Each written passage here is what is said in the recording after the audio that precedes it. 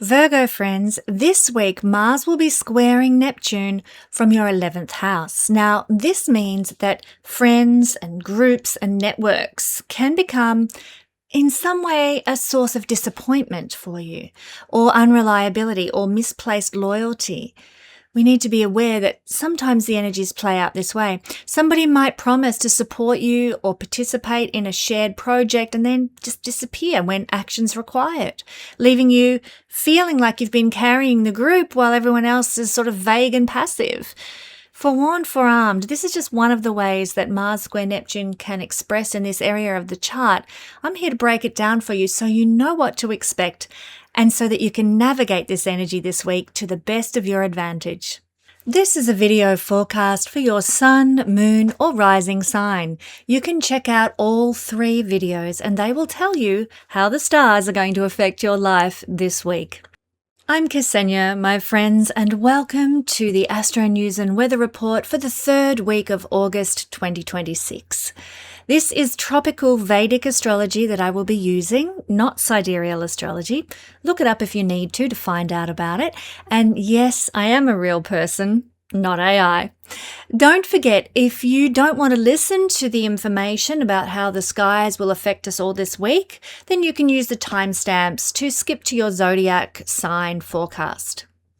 And now for something you'll really like. Well, hello everybody. I'm so glad you could join us today. Do we have some news for you?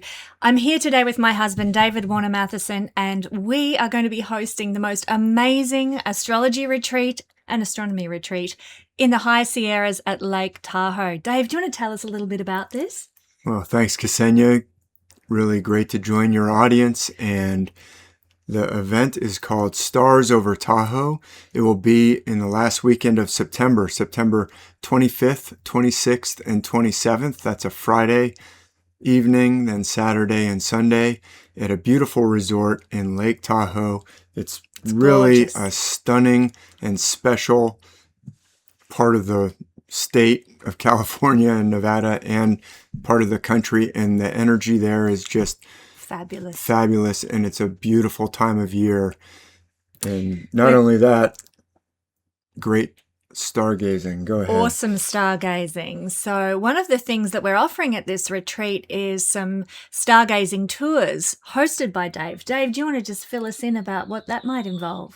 Well, in addition to, during the day, we'll be having presentations about astrology. Oh yeah, you're going to learn how to read your charts in deeper, more dynamic ways. I've got some great topics to talk about with you. Dave will be sharing about mythology. And how it's based on the stars, the different stories and characters. And then at night, the glorious mountain air and high altitude will give us a beautiful view of the stars, weather permitting, of course, but at the end of September is one of the best times for stargazing in the Tahoe area.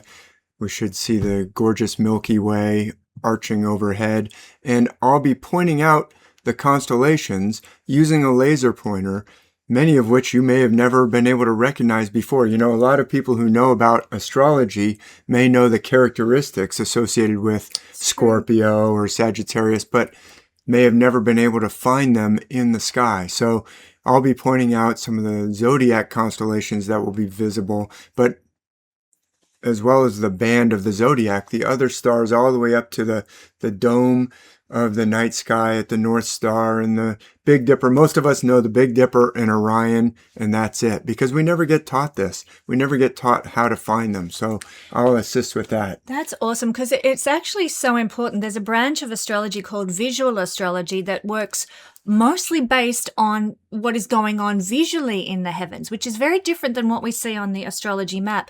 So being able to sit under the skies and know what you're looking at is actually very, very important to really flesh out your capabilities if you're interested in becoming an astrologer. So this is a really exciting experience that we're offering. Plus, of course, we also have the immersion in the Sierra environment with the pine forests and the beautiful panoramic views, and obviously the gorgeous mountain air and lovely lake itself. Such an unforgettable backdrop, which I'm really excited to experience with you all. We're also going to be having some didgeridoo and sound bath sessions, which will be very very wonderful because it's an energetic reset. That's what these instruments are designed to do.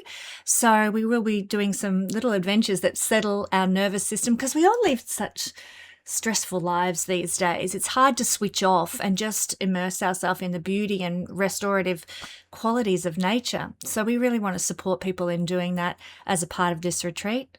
And of course, the retreat centre has a lot of nice things like saunas and day spas and all that nice stuff as well.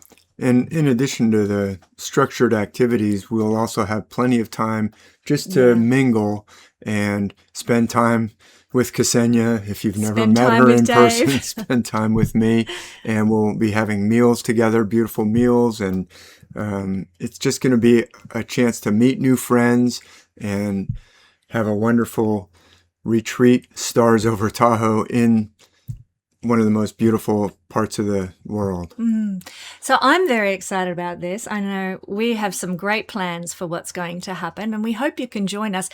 I've been astounded at how quickly things are booking up already. This is a curated group. It's not like a conference where there's just, everyone can come. So we do have limits on the amount of people, because we want to be able to interact with everybody and form friendships with everybody and create community with everybody who comes.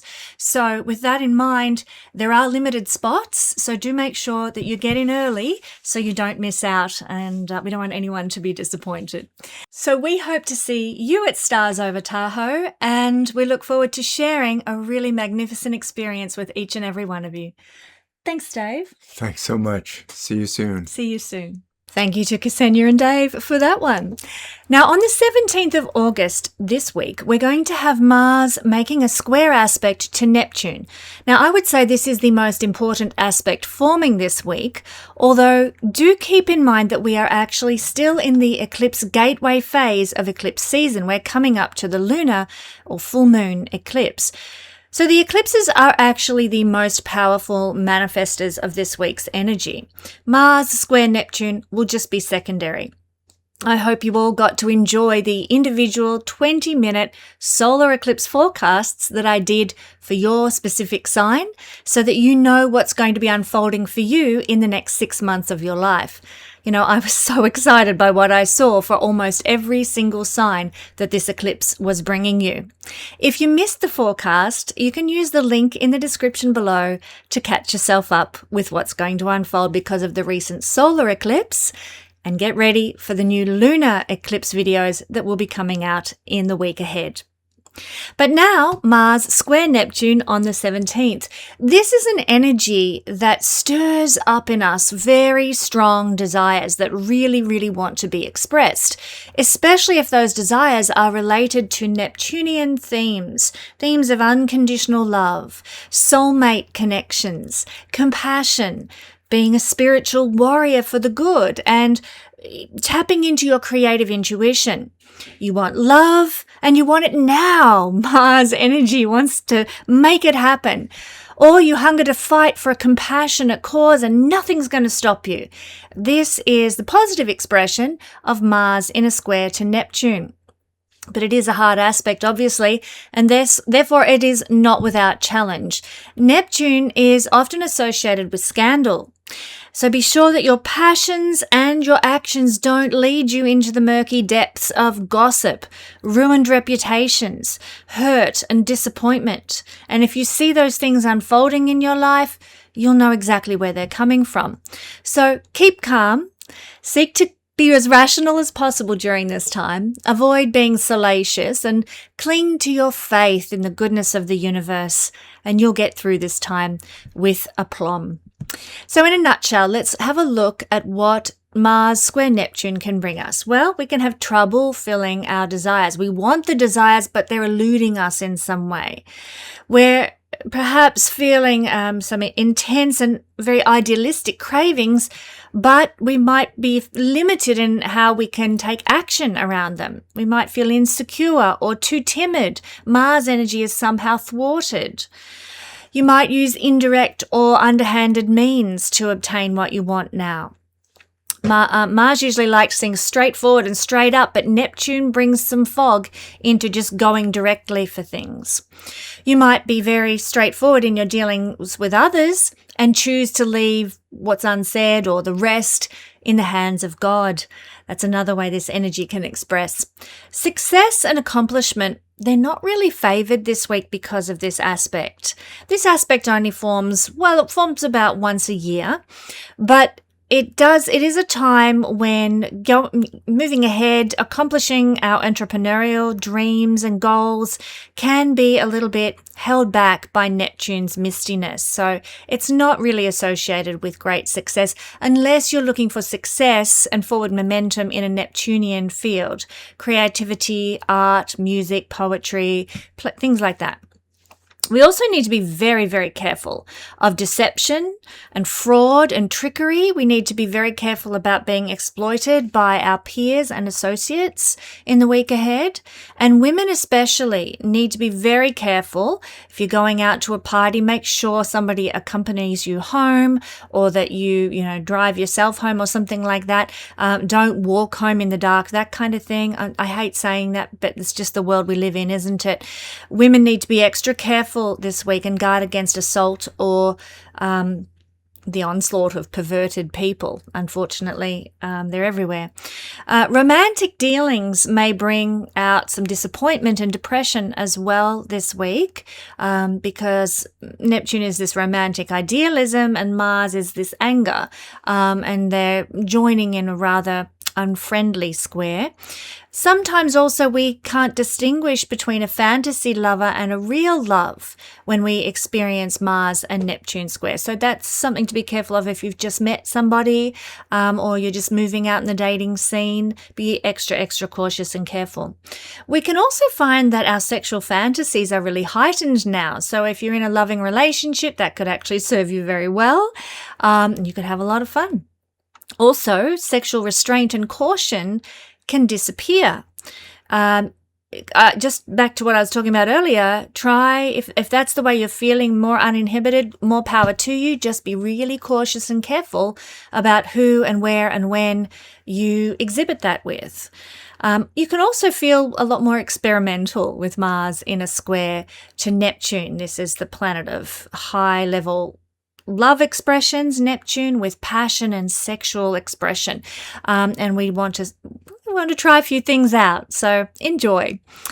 Energy can be a bit laggy though. We can feel really frail or really tired and worn out. That's very annoying to me because I've just managed to get myself into a new exercise routine, and the last thing I want is to feel too exhausted to be able to make the most of it. But it's only for the week, folks, and then it'll dissipate as the separation of these two planets squaring each other occurs. So hang in there. Also, be a little bit wary of poisons and toxins and unnatural substances. Keep things as organic as possible. Nourish your blood. Mars is the blood, with green leafy vegetables and iron-rich foods this week, lest you feel more drained, and that, Neptune can sort of act a bit like the South Node sometimes and drain our energy. Also, avoid drugs and alcohol. Neptune is drugs and alcohol. Mars in medical astrology is to do with inflammation. And sometimes, if we have some drugs or alcohol, it mightn't go well with us under this square, and we can find our body getting inflamed as a result, or heated or something as a result. That in mind, I know sometimes we can't avoid it. And as I said, it's eclipse season. That's the major energy this week. So don't be too panicky about what I'm going to say. But really, it's not a good week to schedule surgery when Mars, which is the planet of cutting, it's the planet associated with surgery, is in a difficult aspect to Neptune. Things can be a bit misty and clouded for the surgeon operating on you and not quite clear enough. We can also find that if you're seeing a specialist, correct diagnosis of problems can be very difficult under this energy. Now, I often get, when I share some negative influences of planetary energy, I often get people commenting in the comments saying it's very wrong of me to cause fear in people and to scare people. Well, that's a legitimate comment, I guess, but, we all lap up the good vibes of each planetary interaction, and we take that on board.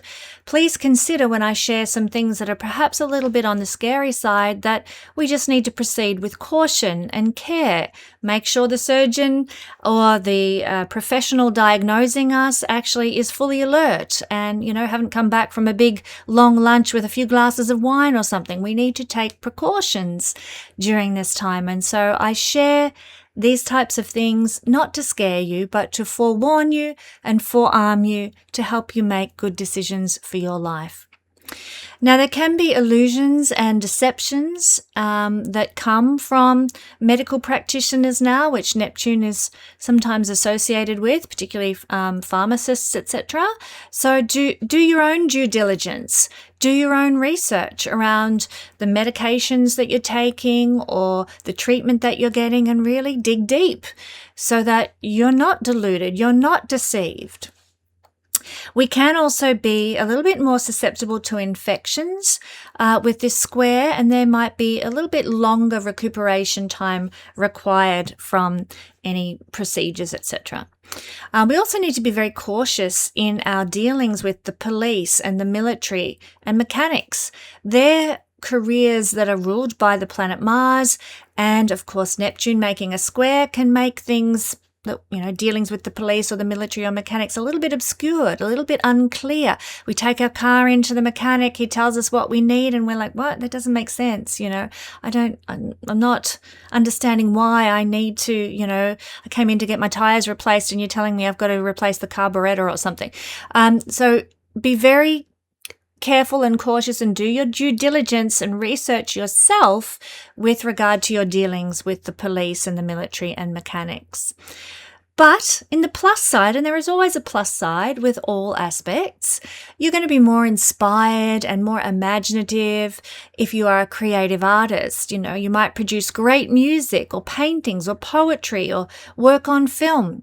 Just recently I've been feeling like, I need to get back into my sewing. I need to get back into painting, which is something that I love to do. And that inspiration has been sort of sitting with me for a few days now. It would be a great energy to take action, Mars, around those artistic endeavors under this influence this week. We should also be careful in a personal way with our interactions with others in taking on other people's problems and expending enormous amounts of energy rescuing them, helping them, or supporting them.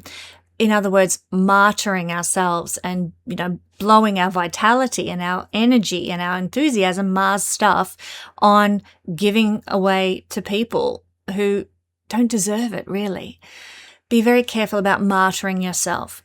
We can also feel very drained by relationships, but let me clarify the kind of relationships where one person is continually giving, and the other person is just taking. So Mars square to Neptune can just absolutely leave us exhausted if we're in a relationship like that. So they're just a few of the expressions of this energy. Remember, it's not the major energy this week. We are in eclipse season, but you might notice some little snippets of this energy unfolding around you in your life. Now let's take a look at how this is going to play out through your sign. Virgo friends, you can see on the screen there's a big square between Neptune and Mars highlighted there, and it is impacting your 11th house up until the 17th of August this week. After that time, things might begin to dissipate and not be so intense. But let's explore what this energy is all about and how to handle it. This is the house of friends and groups. It's the house of future plans. It's also the house of your dreams and goals. So this is an energy that can expose the difference between people saying they're going to support something and actually showing up for it, Virgo, actually doing what they say and putting their money where their mouth is. So this could look like a friend, maybe enthusiastically promising to help you. Maybe you're going to move home or something like that. And they say, yeah, I'll come and, I'll bring my trailer and I'll give you a hand. And then the day comes, they're not there. They disappear when the work needs to be done. That's this energy. Now, it doesn't mean that your friend is unreliable, even though the circumstance might tend to look like that. It's the energy of this week. It's the energy of this week. So try to be a little patient, a little kind where you can. You could also find, because this is a house of groups, that some sort of group project that you're involved in might get plenty of enthusiasm, but very little practical participation. Yes, we're going to have a working bee at the local Montessori school, and we're going to clean up the garden, and we're going to paint the outbuildings, and it's going to be great, and we want all you parents there. Yeah, rah, rah, rah. The day comes, nobody's there. And it's just you painting the outbuildings. This is the kind of stuff that can happen. Is it because people lack commitment? Maybe, but it is also the energy of the week that we're finding ourselves in.